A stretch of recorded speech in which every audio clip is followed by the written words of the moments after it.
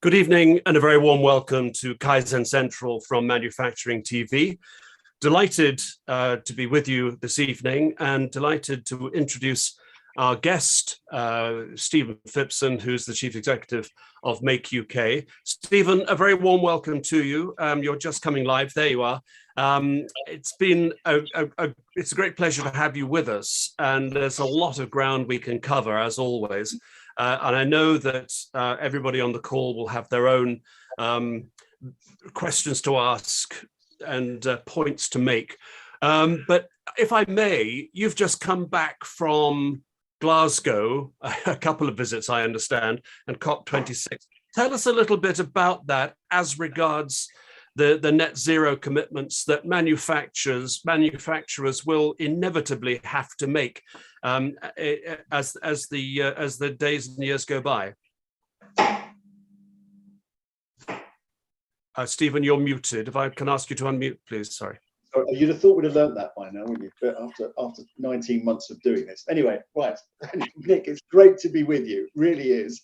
And you're right. I did spend a couple of visits up to COP.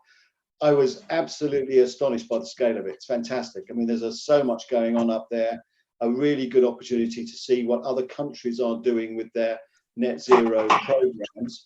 And of course, I think one thing that struck me, Nick, about this in terms of manufacturers is that we often spend a lot of time on talking about how manufacturers need to invest to net zero their processes and to put solar panels on the roofs of their factories and really try to be energy efficient, all of which is right. But what strikes me is the opportunity of net zero and the new product developments. And some of that was clearly in evidence up at COP, whether it's what's happening on the new generation of offshore wind, hydrogen technology. And actually coming back from COP, I've had the chance to talk about this with a number of members now, which are involved in hydrogen fuel cell technology and seeing how quickly we're innovating with new products to get to the net zero objective is really fascinating. So whilst it's right that we keep on about the commitments in terms of reducing our contribution to this, and of course some of those in manufacturing are very large challenges. For example, steel production in this country, where we've really got, on the Green Steel Deal, as we're calling it, a lot to do on carbon capture and how to implement that in those very large energy intensive industries.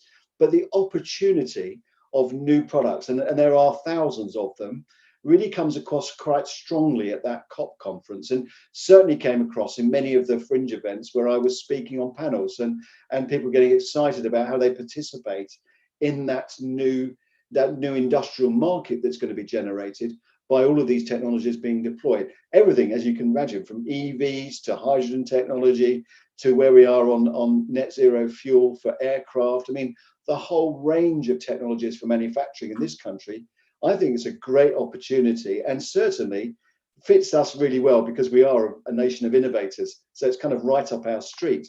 So changing our approach at Make UK, it's more about balancing what we need to do in terms of greening our operations against what that real opportunity is and how can UK manufacturers take advantage of it, Nick. That's really what inspired me from COP.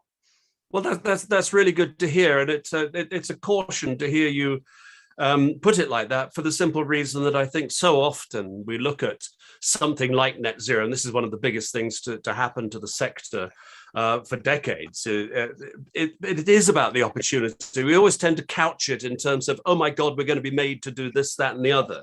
And yes, there will be obligations, but companies who get ahead of the game seem to be already benefiting and profiting from adopting net zero policies, net zero processes, and in some cases even net zero products, which is quite amazing. So yeah, let's look at it in terms of opportunity. One thing I have seen, and again, coming back and we're going to do a lot more work on this, but talking to members, is that the amount of companies that have actually spent the last 15 years working on some of these products. And now what they can see is the market starting to open up and people taking them seriously, particularly those smaller companies that are involved in innovation. And I refer back again to the hydrogen sector, for example, and a lot of the processes around that. Some of those companies have been around for a while now, but at the kind of early TRL stage. And what we're seeing now is the opportunity to really market products and create substantial businesses from those activities, I think that's quite exciting. I guess the $64 billion question, I suppose, is whether UK manufacturing, as it changes and develops and adopts new technologies and adapts to the new regulations, what it will look like, and whether it will be sufficient to sustain its place in the economy. I don't know if anybody knows the answer to that. When you were talking to people up in COP, it feels a little bit like we're jumping off a cliff and sort of knitting a parachute on the way down. It does a little bit, but think about this, Nick. One of the points about net zero and about what we need to do next is also about making sure we've got efficient supply chains.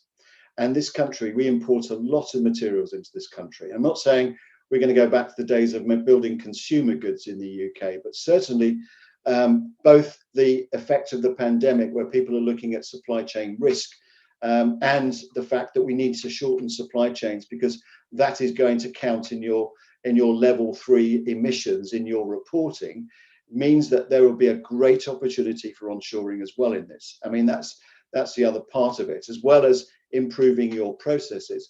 The other thing is that, again, another strong message, particularly for the very large cohort we have of SME manufacturers in the UK, is around the adoption of digitization, because that efficiency you get from digital manufacturing is a big contributor. We've seen it in action to improving the efficiency of your operations and getting those emissions down. That works really well. So it's not just about getting on the I4 journey, it's also about this being a big contributor to the efficiency of your operation and making sure you're there. So I think there's some good incentives there, whether it's onshoring, shortening supply chains, or whether it's the digitization agenda, for manufacturing in this country to really take advantage of that, Nick. So I see it the opposite way. I don't think we're jumping off a cliff at all. I think there's a great opportunity here for much bigger growth than we've had in the past. And we just need to make sure the right policy framework exists to be able to take advantage of that, I think.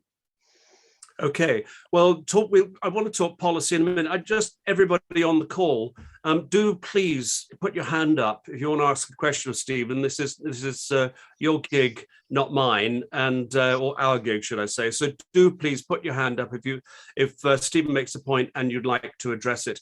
Beverly, good evening to you. You're muted currently. Please ask away.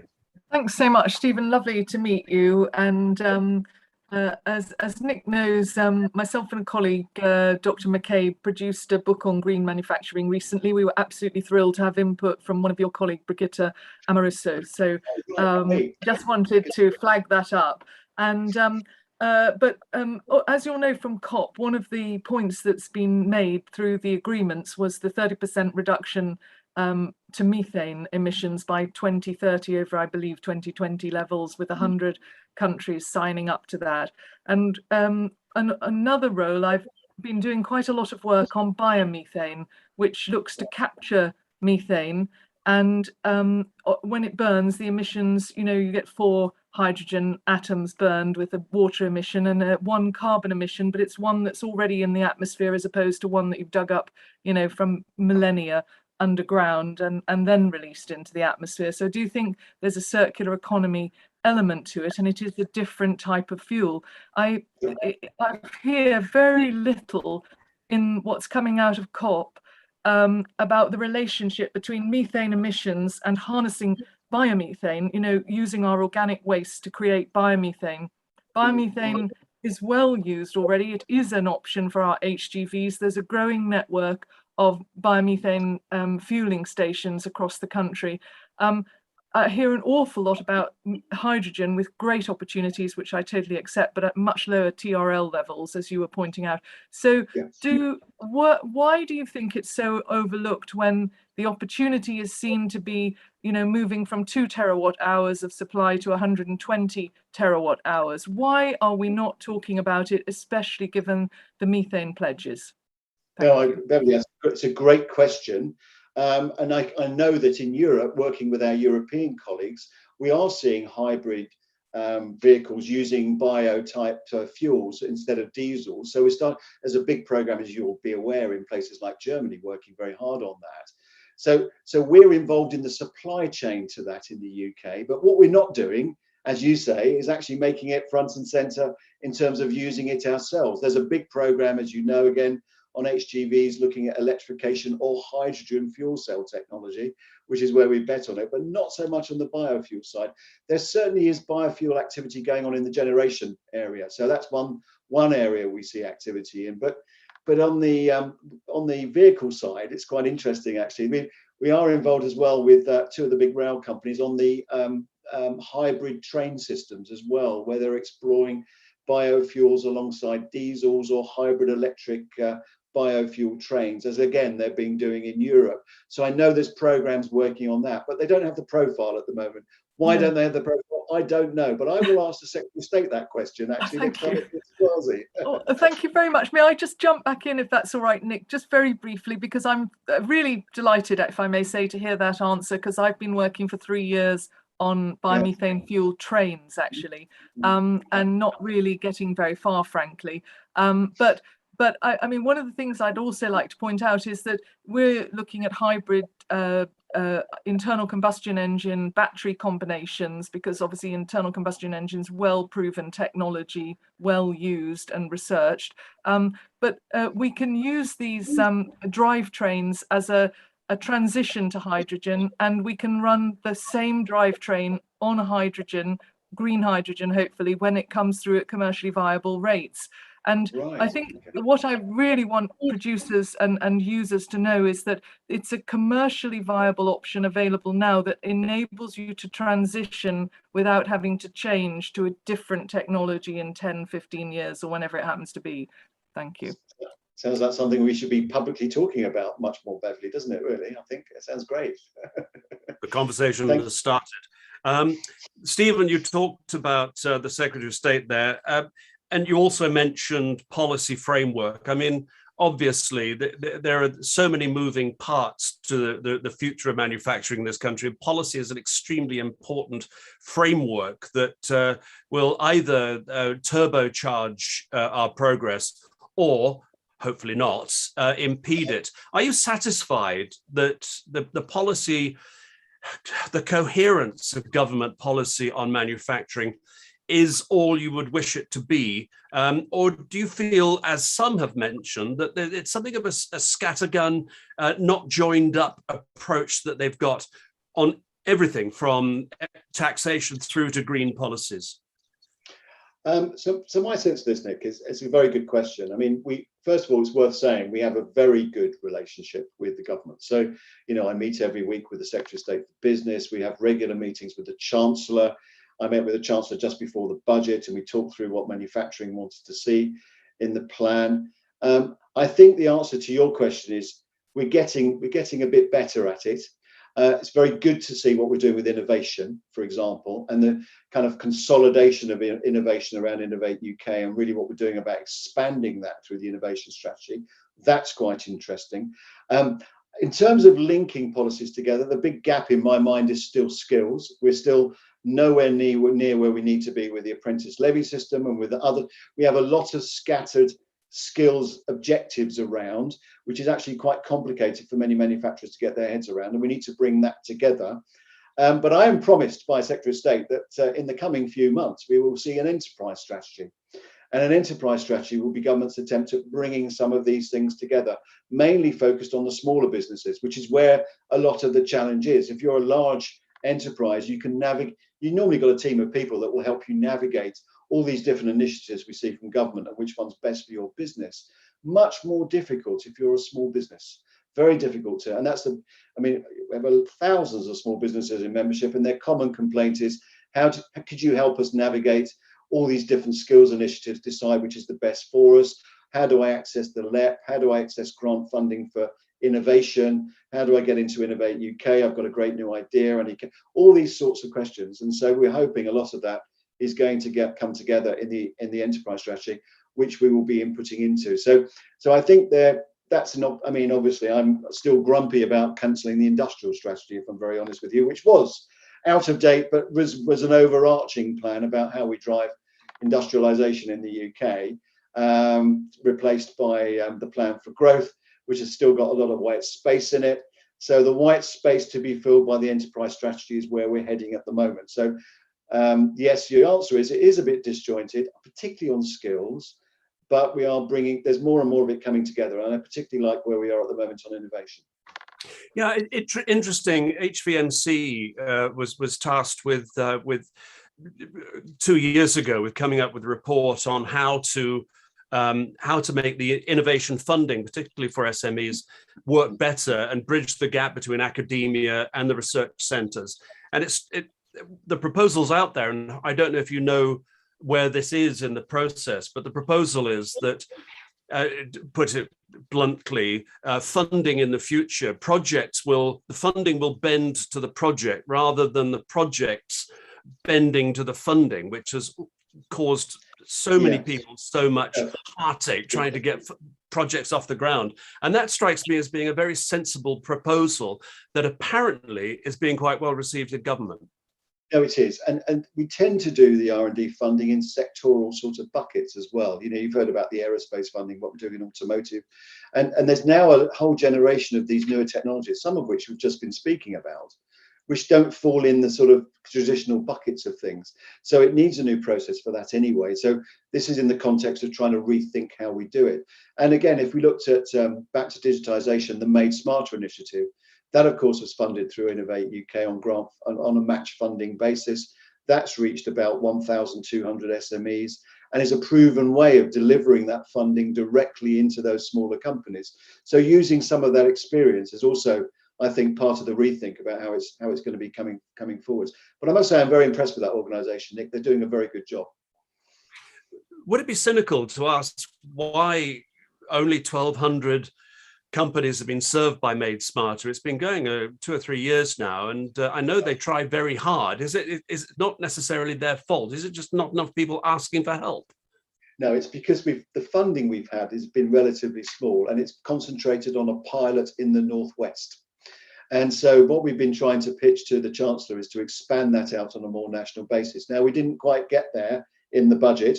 What we've done is continued on with this, and basically we're now going to open up another couple of regions. In fact, we've started work in another couple of regions as well, but it's about place, it's about geography. So this was a pilot project that was happening to prove the concept out in the Northwest. It's proved extremely productive, extremely good at efficiency in those businesses, and so we've got lots of evidence now, and of course Bays are the partner in running that with us. And what we're doing now is trying to roll that out into other regions. I, of course, wanted to be much more ambitious for the chance. I wanted a national program tomorrow morning so we could take another 100 million of government money and do it nationally. We haven't quite got to that ambition yet, Nick, but you know, not all is not lost. We'll get there eventually. I admire your tenacity, sir. Ram Shankar, I think I saw you put your hand up. Am I correct? No. I'm sorry. Not yet. Not yet. You're keeping your powder dry. That's good news. Stephen, you've mentioned place a couple of times now, and it's interesting that in a discussion I mentioned, the one I did with HVNC, people were talking about the increasing importance of local manufacturing, or the re-importance of local manufacturing. Of course, it always was back in the old days. You know, every town had a big factory. Towns grew up around factories in many cases, and manufacturing could and perhaps should become much more localized. I'm just wondering whether what you're saying to the government about their levelling up agenda, do they recognize that manufacturing can play an absolutely key part in achieving what their politics is setting out? Well, Nick, I mean, when Boris Johnson stood up and talked about the levelling up agenda and talked about high-skilled jobs in those regions of the countries which have probably not benefited from the same sort of government funding that the South has, we applauded it. That's exactly what manufacturing does. We are not in the city centres. We tend to be on industrial parks outside of the towns and city centres. We certainly have a high dominance. If you look at the Northwest, it's the biggest manufacturing sector. You know, we're all over the country. We're in all those places where levelling up is important. So if you want to really accelerate the levelling up agenda, our message to government is the place to look is manufacturing. That's exactly what we need to do. Now, to support that, of course, we need some of those infrastructure investments. I mean, we're crying out for better transport links to move goods around the country. We're crying out for better broadband links in many areas of the country so that we can do the digitization in those factories. And those things are important. And we are talking to government about where that should be prioritized, because this is around the manufacturing clusters that we have. And the other important thing about place, I would say at this stage, is those clusters. The value we see about small companies clustering together and sharing experiences, which will become even more important as we go through net zero, and learning from each other and actually being able to do that, encouraging that through the LEPs or through the other structures that we have already is going to be absolutely vital. So I think the Levelling Up agenda plays exactly to what we do in manufacturing. We have these great opportunities now with, as we said, new products and new innovations to serve the net zero economy. And of course, we have this opportunity of shortening supply chains, some of which driven by the pandemic experience, and some of which is going to be about not shipping stuff all around the world all the time, and doing more and more of that in the UK. So yes, the answer is that levelling up is vital, and I think manufacturing hits it in the sweet spot, and that's my message to all the ministers at the moment, Nick. Yeah, and I think also that you talked about clusters, and that makes a very good point that manufacturers that we talk to a lot, and of course everybody on this call and everybody's ever been on this call knows that we stand for collaboration. And I think collaboration is an incredibly important part of our future, where we don't see each other necessarily as competitors, obviously that some are, but where we see 1 + 1 making 3. Ram Shankar, this time you do have your hand up, sir. Thanks, Nick. Hello, everybody. Good to see you all. Steve, good to have you here. A small disclaimer before I start blabbering. Equitas is not a member of Make UK, so what I say may not add a lot of weightage in your idea of how we want to shape manufacturing, but nevertheless, the truth must be told. So this is a pen issued by the Manchester City Council for a citizenship ceremony for my wife when she became a British citizen yesterday. Oh, congratulations. Thank you very much. Any guesses where this pen is made? Probably in China, I suspect. Precisely. Full marks to you. Start off for 10. When we are giving out gifts for a British nationality ceremony, why can't at least that pen be made in Britain? Number one, right? Yeah. Question for people to think about. Number two, you spoke about collaboration, right? You also spoke, somebody mentioned industry and academia. And I saw Adam and I have a good old moan about it on LinkedIn, on WhatsApp, wherever else, So the point I'm trying to make is, supposing we have, let's say we have Alec who runs a manufacturing company, and we have Adam who provides services to manufacturers. We have Steve Murphy who provides services to manufacturers. Now, suppose Alex wants, let's say there's an innovation voucher scheme that I don't know if it's still going on, but if Alec wanted to use the innovation voucher and get a bit of a discount on engaging with Adam or with Steve, he cannot do that.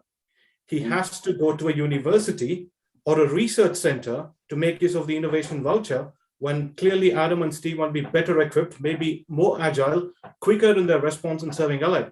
When we talk about collaboration and clusters and all that, why can't this kind of provision be given to the industry to figure out what it wants and talk to each other for help and help one another out? We're all thinking on the same lines. We're all talking the same language. We're all of the same mindset. Why can't that happen? Why do we have to go to a university or a center of academia or a research center? We're all pretty intelligent people with subject knowledge, So I don't know why we can't do that. Why should we go to university? No, I agree. Graham, I completely agree with you. We should, and we have seen some areas now where more and more control doesn't rest centrally, and they've given it to local authorities, for example, on some of the grant schemes that we've got now. But it's a very slow process, and what we've got to do, I think, in this levelling up agenda that Boris keeps talking about, is to give more of that responsibility locally to the businesses rather than having it go through the institutions. And that's vital. Well, this is to the growth company locally in Greater Manchester. That's what I'm talking about. Even though the money is being given to local authorities, SMEs cannot collaborate to use the money. We have to go to a university, which is a bit pointless. Of course it is. Of course it is. And I will absolutely be pushing on that point next time I speak to them about it, Ram. It's a very good point. Phil, By the way, why don't we make pens? I think we do make some pens here, but they're very expensive ones, if I understand it correctly. I'm not an expert on the pen industry, but I think it's that at the moment. Well, I think Ram's wife deserves a very expensive pen. She doesn't deserve something, a bit of plastic from China. She deserves a good British pen, as the Prime Minister might say. Yeah, she'll be running to a long showroom next. So a world-beating pen, the Prime Minister again might say. Phil Kernock, did I see your hand go up?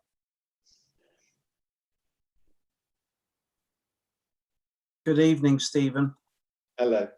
Hope you're well. We haven't seen each other for a long time, probably. I was at ADS when you were chairing one of our subgroups years ago. Right, So, exactly. but a long time. Of course, that's my special subject, Phil. So ask me anything about defence or security. I know you know it inside out. So I ran the SC21 program for 10 years and lost all my hair. So in doing it, so it's damn hard work. Andrea's laughing because she used to give a stick in big conferences all the time. What you, Andrea? So yeah, a few things. You mentioned clusters. There's a couple of things we need to do more joined up, I think, across the industry. When we had SC21, all of the regional trade associations were all glued together because we had a common agenda and process. We don't seem to be joined up enough, either sector specific or Make UK. I think we need to be more joined up. I'm currently doing some work for WEAF at the moment in the Southwest, and we have a digital cluster of 16 companies, of SME manufacturing companies, all going through digital assessment together, a gap analysis, a bit like the diagnostic tools of SC21. But they are sharing good practice between each other. And that is the best way to accelerate learning, is peer-to-peer, low-level SMEs sharing and willing to share and go and visit each other's factories and learn from each other. That, if we can get that level of regional engagement, peer-to-peer SMEs in a lot more regions, we will accelerate Made Smarter hugely from where it is today. Philip, that's a really good point. So what I've been trying to do at Make UK, following on from the ADS sort of example, is we've now got about just over 50 of the sectoral trade bodies in membership of Make UK, so that we can do collaboration together, which has been really a powerful thing over the last 18 months. We've also got about 32 universities in membership now as well as like 22,000 individual members. So that's kind of the membership makeup. But this program of getting these trade bodies working with us, and a lot of them are quite small ones, as you would expect, you know, in terms of, and they're all manufacturing related. I was told by Bays that there are 1,370 trade bodies in the country. Of course, a lot of those, you know, yogurt makers and stuff are not really that sort of relevant, perhaps, but a lot of them are relevant. And the more we can get into this, the better. And we have very good relationships with some of the local clusters are working really, really well. If we look at some of the aerospace alliances, for example, they're quite good. Down in the Southwest, that defence cluster is working really, really well. What we need to do is encourage all around the country a similar sort of expansion of that. My only disappointment with getting these 50 on board is that it's taking us a long time. You know, we have to, I probably have 3 or 4 conversations a month with other organisations about come in and join us. You know, it's not going to cost you any money. Collaborate with us. We've got this whole structure now for collaboration, and some of them are still, well, I want to keep away from doing the big stuff with you. I want to do my little local thing. We still have a bit of that attitude. The politics gets in the way, doesn't it? I've been there, seen it, done it, and you know, I've tried to cut through that with SC21 over the years, and it was hard going. Because it was a common standard. I mean, that really did work really well. I was looking at doing the same with the cyber requirements, for example. Seeing if there's ways of doing it with cyber. Of the 50 we've got on board, we talk a lot with them about things like net zero at the moment. What's going to be the common approach in net zero? We talked a lot about digitization in the Made Smarter program. And people find that really valuable to sit and talk about it, and then they can talk about it with their membership, which is quite good. So yes, we have to keep pushing and promoting it, Philip. I think that's the important thing. Yeah, I think it's regional engagement's got to happen. Southwest companies in Cornwall just don't like travelling all over the country. You know, they'll come up for a couple of events a year, you know, but predominantly, you know, in this environment, you know, the net zero leverage that's going to happen on them about travel to maintain their carbon zero status, then it's going to drive even more digitalization and more kind of sitting, you know, doing this on together on a screen that we probably thought we'd never do years ago. One thing we did see, Phil, during the pandemic was a big increase in digital collaboration on manufacturing projects. This was a very interesting trend, driven by things like the ventilator challenge and the PPE challenges that we're involved in. What we saw there is new products being developed by teams of engineers in 15 different companies, doing it all digitally. And I suppose we always knew that was there, but it kind of accelerated the trend to do it, you know. And what we need to do is take some of that experience and be able to show other people how to do it. This idea about digital twins and digital collaboration is a very powerful way of working, because often the other challenge from smaller companies, well, as you'll know, is that they haven't got time, it's difficult to spare time, working flat out. But doing it like this efficiently in a collaborative environment is a really good way of trying to get that to work. But it's a national campaign. We've been successful with a small group at the moment, but we need to keep pushing away at it. Yeah, I agree. Yeah, thank you. Stephen, you've talked positively about, you know, a lot of the very exciting things, not only that lie ahead, but the ways we're beginning to adapt already. The big question, though, is that the UK has to be competitive on the global stage. It has to. We're competing to sell our products to the world with other countries. Do you feel that we are sufficiently in the race in order for us to be as competitive as we should be? And of course, I know we could be, but whether we're going to be as competitive as we should be? We sort of, the UK manufacturing sector has developed a lot over the last 20 years, Nick. We're in a position now where actually we're very good at the innovation side, at manufacturing integration, which is why we've got such big car plants in the UK, that automation piece, the digitization of manufacturing stuff. We're very good at anything around advanced manufacturing. That seems to be a real strength of the UK, and that keeps us in the top 10 in manufacturing. We're not strong in consumer products, things that are cost sensitive.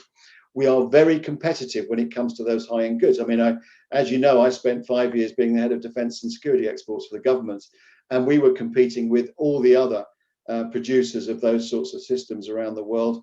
And it wasn't about the price. We often had better performance. It wasn't about, we weren't selling on price, but we weren't uncompetitive.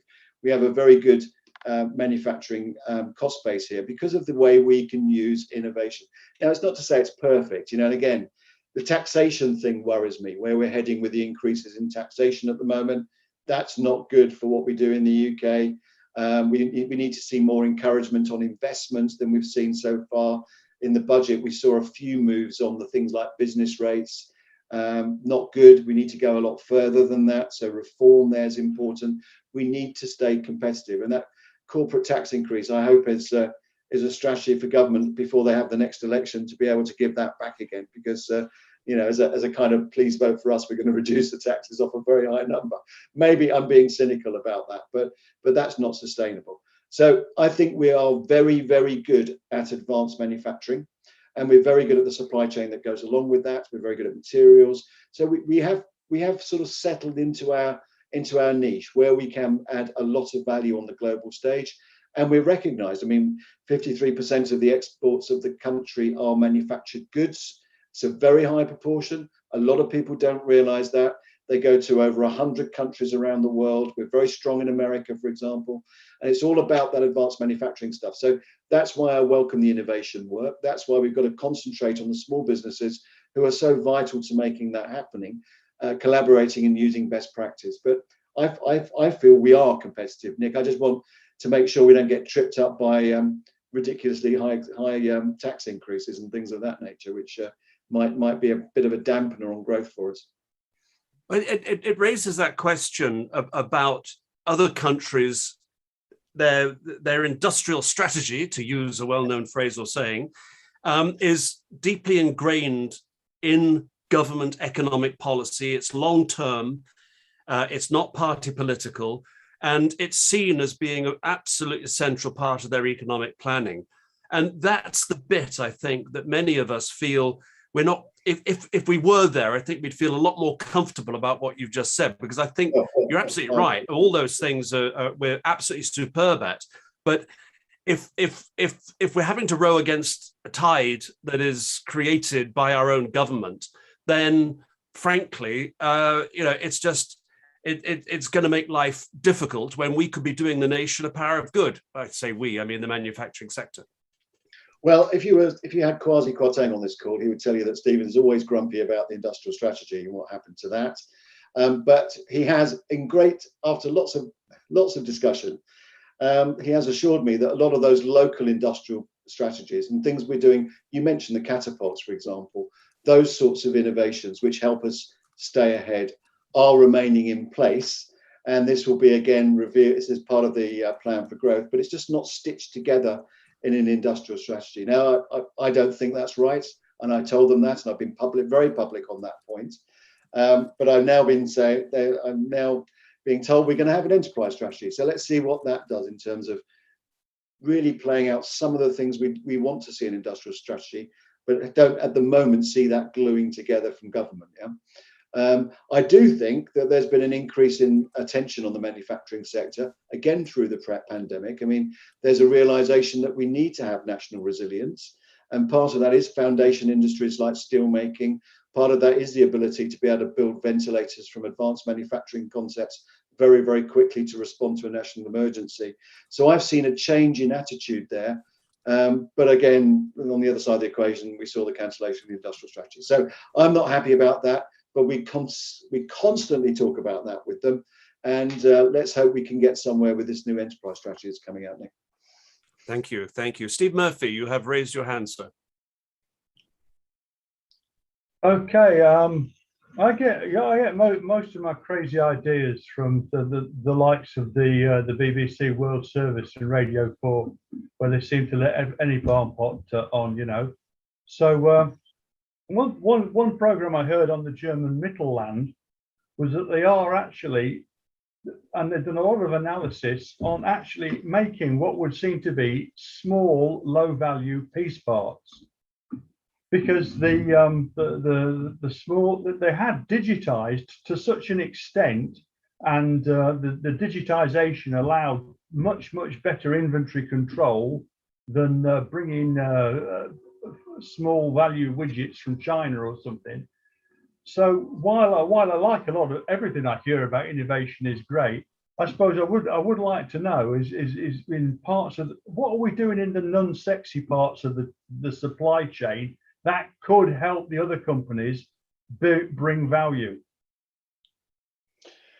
Well, Steve, I can tell you that a lot of our members do make, I'm not going to call them non-sexy parts, but they do make piece parts and components that go into things. We are still, as you quite rightly say, buy a lot from overseas. And I think part of that is encouraging investment. There's no lack of appetite for it, but basically it's about how do you encourage people to invest. I mean, there's a good case in point about things like gearbox components for automotive manufacturing, which are largely made in Germany, for example, and getting the Germans to invest in the UK and build a plant here, it seems to be quite a difficult proposition.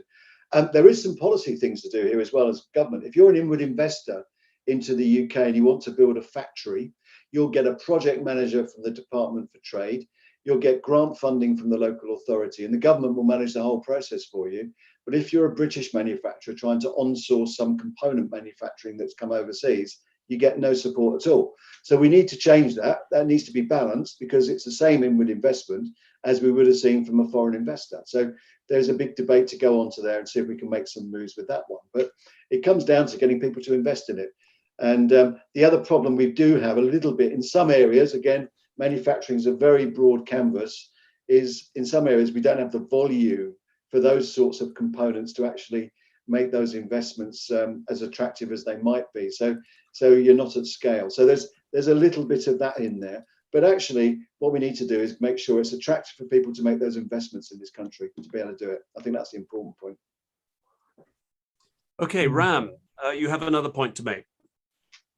I do indeed. Seems like I'm just getting all my lack of Kaizen Central all these weeks, letting it all out in one go. So apologies for anyone.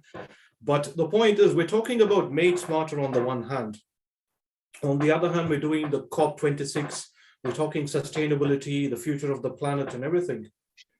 Why aren't we talking about design smarter?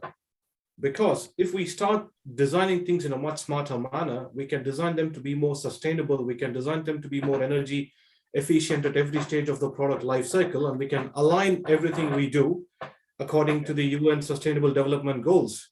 I don't see anybody talking about any of this, because as a company at Equitas, every project we do, we align the deliverables with multiple UN SDGs, from responsible production and consumption to life on land and life on water and climate action. And I've been trying to shout about it to people, but I don't see anybody else talking on these lines at all. So what's the reason, Stephen, why people aren't talking about this and UN SDGs and design smarter and bringing these things together? What's preventing us from talking and doing? Again, I'm not sure which sort of forums you're talking about, Ram, but certainly inside of Make UK, with our thousands of manufacturers, we know that one of the biggest, on our net zero reports, one of the biggest contributors to achieving net zero is designing the products for a circular economy and designing the products to be efficient. So that's certainly within our community anyway, is a big subject, and it's something that we are talking about, how you do that. What I haven't seen yet on the 10-point plan, which is the net zero plan the government's talking about, is the emphasis on designing things smarter. I think that's not there at the moment. We need to make sure it is with the government. But certainly in our communities, we're talking about that with thousands of businesses, and they're getting on, well, they're starting to get on board. I wouldn't say it's done yet. There's a long way to go here by a long stretch. I mean, you try talking to I have all the steel manufacturers in membership. This is an interesting discussion with them, as it is with plastic packaging manufacturers and things like that. But it's a subject that goes to the root of it. It's all about designing the products for a sustainable economy. Otherwise, you're just trying to re-engineer things around existing product sets, which doesn't work. So your point is exactly right. We're certainly doing it. I know others are doing it, but we need to see a bit more public push on it, I think. Stephen? Okay. Anybody want to raise any points with Stephen? I don't want to be seen to be leading this, so please do raise any points. Beverly, hello again. Hello again. Yes, and thanks very much. Being a bit opportunistic in terms of just asking another question when others haven't, but I wondered, Stephen, what Make UK and yourself make of carbon pricing. I think it had been sort of talked about prior to COP26 as a potential area for a deal, and with a sort of graded approach between developing nations and developed nations, but it doesn't seem to have come through. I wondered what your position is on that particular point. Well, Beverly, as you know, quite a complicated subject. We see carbon pricing as absolutely vital, to be honest with you. I mean, Bridget, who you mentioned before, has done some really good research work on what needs to happen next. And of course, I can tell you, for the energy intensive industries, it's a big issue. If you're a steel maker or a big chemical manufacturer or cement manufacturing plant, the carbon pricing is absolutely vital. And the government's approach so far has just been to copy and paste really what was there before with the EU, and we haven't been quite adventurous enough with it. So yeah, we have a whole set of recommendations about how to improve that with government.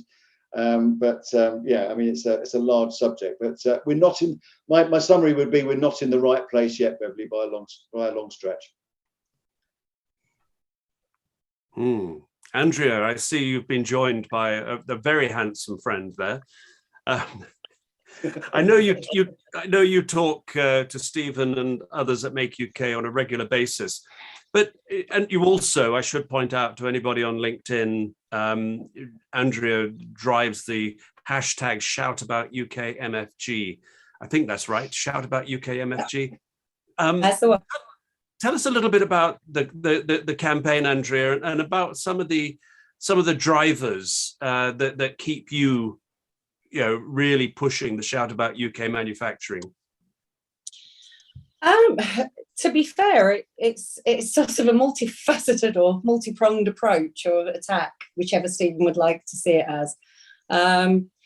it all started really because basically I think quite a lot of us, we SMEs, felt that a lot of the policy that was coming out of government was very much geared and focused on the larger businesses and really not taking what SMEs require into account. So it started as that, but to be fair, it's changed over the last 6-12 months. It was an opportunity that really COVID and LinkedIn gave us to, all of a sudden LinkedIn became this collaborative tool, as you mentioned earlier. And a lot of people have connected rather than competed over LinkedIn with the Ventilator Challenge and all the other fantastic things we've done. And it was a case of trying to grab that momentum and not lose it right now. But we have listened to Stephen and his team's points about the fact that a Minister for Manufacturing, which was our original campaign, could well end up creating a hurdle for fantastic organisations like Make UK and very impressive people like Stephen to get to the actual main players.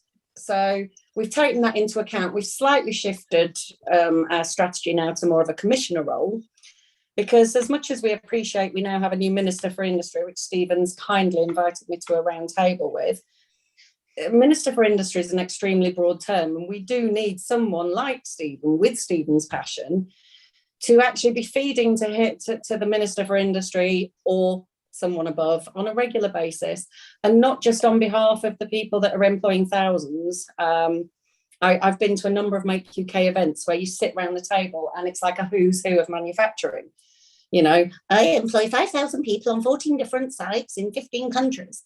And, you know, there's people like myself and a lot of people who are here on the call today who employ 40 people or 5 people. You know, and we're on one site and we're on the ground and we're fighting on a daily basis. And, you know, Stephen mentioned at one of the previous meetings that, I'm not sure if it was you, Stephen, or your team, mentioned that you were criticised about fighting for funding from government because there was very little take-up. And yet the reality of the study that your team did is that the majority of SMEs just don't know about it. It's not that they don't take it up, they just don't know.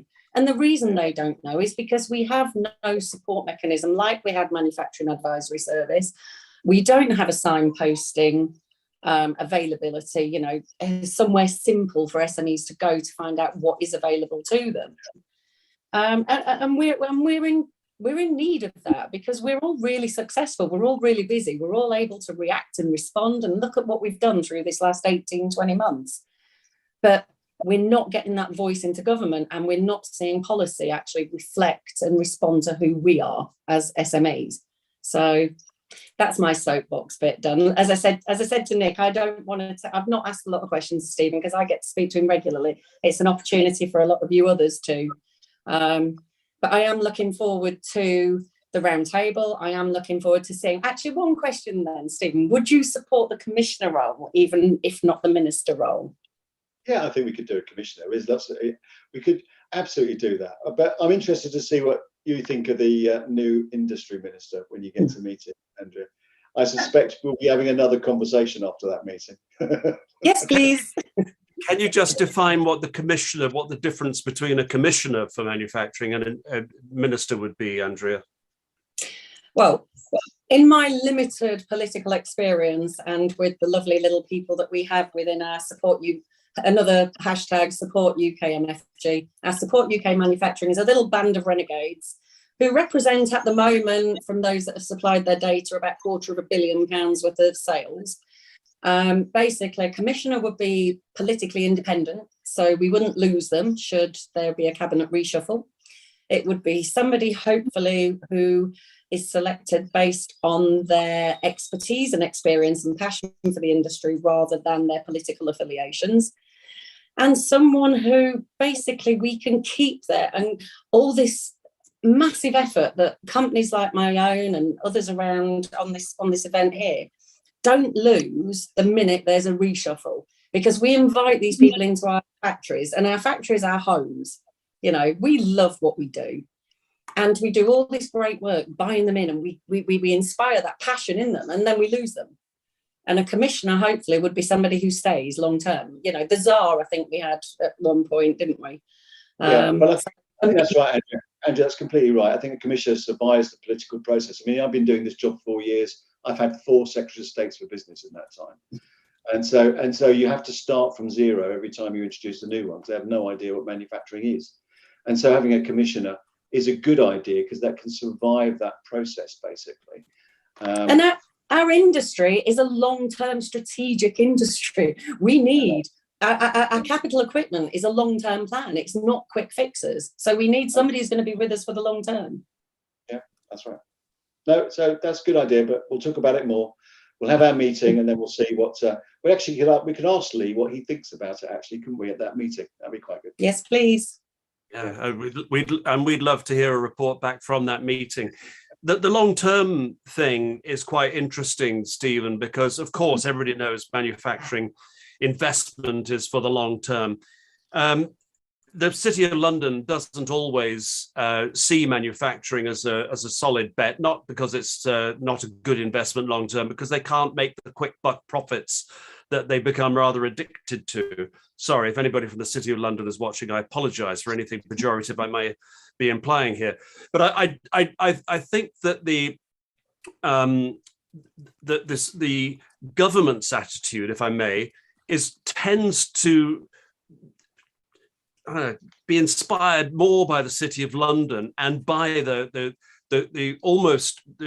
quick buck mentality of the City of London, because it accords with their own political philosophies, which are very much quick hit, quick wins, and stodgy long-term manufacturing. We all know it's exciting, but it doesn't quite accord with their mindset. And I know you tried to change. I know Andrea's working hard as well. Is there a hope that maybe we can actually become a country that venerates manufacturing in the way it is in other countries? Because it seems to us sometimes that government and the wider populace don't get it. Okay, so there's lots in there, Nick. Of course, I can possibly comment on your views on the banks, but I would say that they are very strong partners at the moment. We have very good support in manufacturing from all of the major high street banks. They've all got manufacturing divisions in them. Some of them are sponsoring some of the activity in the catapults as well, which is as well as financing business. I think there's a strong cohort there to support. There is also I think quite a good support, as we said, on the innovation side with government at low TRL levels for the innovation in manufacturing, for the startups in manufacturing. The bit that's missing in the UK is what we call patient capital. It's what we used to call years ago when I did management courses, the valley of death. It's that phase from going from low TRL to first production, getting ready then to scale up. And it's the scale up capital that the UK has a real problem with. What we have seen, interestingly, over the pandemic period is a lot of American businesses coming into the UK and buying up businesses that are in that scale up phase, because they've got capital, long-term capital to do it. What our system doesn't encourage at the moment is this patient capital area. And that's the bit that we've got to focus on. And that's the bit we keep talking to Treasury about. How do we, and actually Treasury are taking that conversation very seriously about how do we finance that middle ground to try to scale up those innovations rather than lose them, because we lose a lot to overseas investment on a constant basis. That's important. On your point about public perception, you know, we ran a survey about 18 months ago on public perception of the manufacturing sector. And largely the results of that were the public's view was it was kind of still Dickensian black smoke factories, people sitting around doing very repetitive and boring jobs, not a place I want my son and daughter to go to. And aren't we number 70 in the world or something anyway, so it doesn't matter. It was that. So public perception is important, and we're not there with that at the moment. If I had more funds up, I'd do a TV campaign about how sexy manufacturing is and try and get it into the public psyche. But we can use social media to try to do that nowadays. Yeah. Andrea, you put your hand up again. Yeah, I'm hoping the dog doesn't bark at me again now. Just on that point, sorry, that's where I was going with the hashtag about shout about UK MFG. That's what we're trying to use it for, is to basically bring and buy everybody into sharing good, positive news. So if you look at the post every Thursday, 10 o'clock, we give a little bit of an update, but every week we reshare the hashtags, which is shout about UKMFG, support UKMFG, and hashtag UK manufacturing, which is more of a generic one where people are actually sharing generic news. But the hashtag shout about is all about good news and positivity. We've got to focus on, and that's Sorry, it was okay. Right. Yes. Well, I think we can all agree on shouting about UK manufacturing. We've got 5 minutes left. Anybody got more points they'd like to raise with Stephen before the end of the discussion? You mentioned, while you're pondering who's going to put their hand up, Stephen, broadband. I'll just tell you a quick story about that, which rather characterizes, to my mind, the way government has traditionally thought, and you may say it's changed, but about 12 years ago, when in rural Sussex we could get 0.5 of a megabit broadband speed, a local entrepreneur built wireless broadband stations, beaming wireless broadband all over the place. Even BT executives were using. Just tell you a quick story about that, which rather. Sorry, I've just heard my own voice coming back at me, but there we go. And what happened was, this was so exciting. It was so obviously a cheap way to get broadband out to all the rural areas and wherever. I wrote to Ed Vaizey about it and said, yes, I understand the Openreach deal with BT and all of that, but why don't you support the development of wireless broadband to rural areas? It'll get there far faster, far cheaper, a tenth of the cost. And he said, we've talked to BT, we trust them, we know them, and they have our full confidence. And all I could think of is, what opportunity missed just because they could speak the same corporate language? I just offered that out there. There's so many technologies that can be used only with but you have to have an open mind to do it.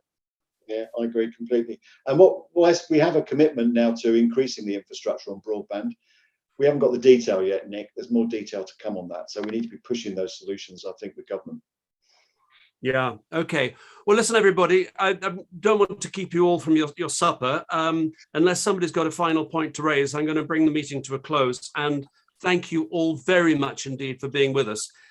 Next month, December the 9th, we're going to be talking to Christopher Nieper of the David Nieper Clothing Company. Absolutely brilliant example of how a manufacturer can change the life of the local community much for the better. Through education and so many other ways, and also got this great carbon labeling scheme going. So Christopher Nieper is going to be joining us December the 9th. Do join us for that, because it's going to be great fun, and he's a wonderful bloke, and I'm sure anybody who doesn't know him will really, really feel very engaged with him by the time that the meeting's through. Stephen, I cannot thank you enough for making yourself available for this. Thanks for your report back from COP26, and for your positive, passionate approach to manufacturing, which I know we all on this call share. Thank you, everybody. I'll say good night.